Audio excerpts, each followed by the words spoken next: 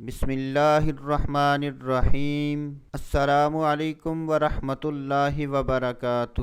میں ہوں سید عاشق حسین اور آپ دیکھ رہے ہیں اسلامک نالج۔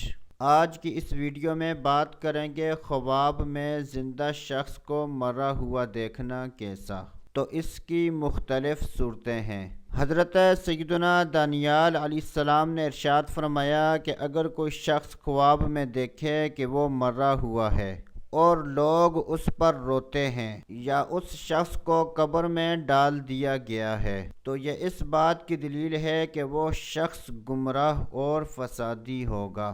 اگر کوئی دیکھے کہ اس کو قبر میں رکھ کر اس پر مٹی ڈال دی ہے تو یہ اس بات کی دلیل ہے کہ وہ شخص کبھی بھی دین کی طرف رغبت نہیں پائے گا۔